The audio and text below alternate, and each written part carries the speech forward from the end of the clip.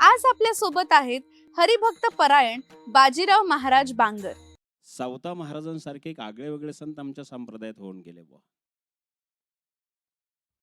तीर्थावळीच्या प्रकरणामध्ये त्यांनी वारी केलेले सुद्धा उल्लेख आहे, पण बरीचशी मंडळी म्हणतात त्यांनी वारीच नाही केली बाबा. असलं नाही रे बाबांनो काही. नामदेवरायांची पंढरपुरात कीर्तन श्रवण केलेले सावता महाराज. निवृत्ती ज्ञानदेव सोपान सावता नामयाची कथा ऐकता ती. हे तीर्थावळीतलं प्रमाण आहे. पंढरपूरला गेले म्हणून नामदेवरायांचं कीर्तन ऐकलं, अरण्य भेंडीत नाही ऐकलं त्यांनी. पण एक लक्षात ठेवा, ज्या आरणगावच्या लोकांना सावता महाराज बाह्यांगाने दिसले नाही, अंतरंगाने दिसले नाही, ते पांडुरंगाला शोधत होते आणि सावता महाराज सुद्धा पांडुरंगाला शोधत होते. भेटले कोणाला? आरणगावचे वारकरी पंढरपूरला गेले, पण पांडुरंगाची मूर्ती सुद्धा त्यांना दिसत नव्हती हो. पण सावता महाराज योग्य दिशेने पांडुरंगाचा शोध घेत होते.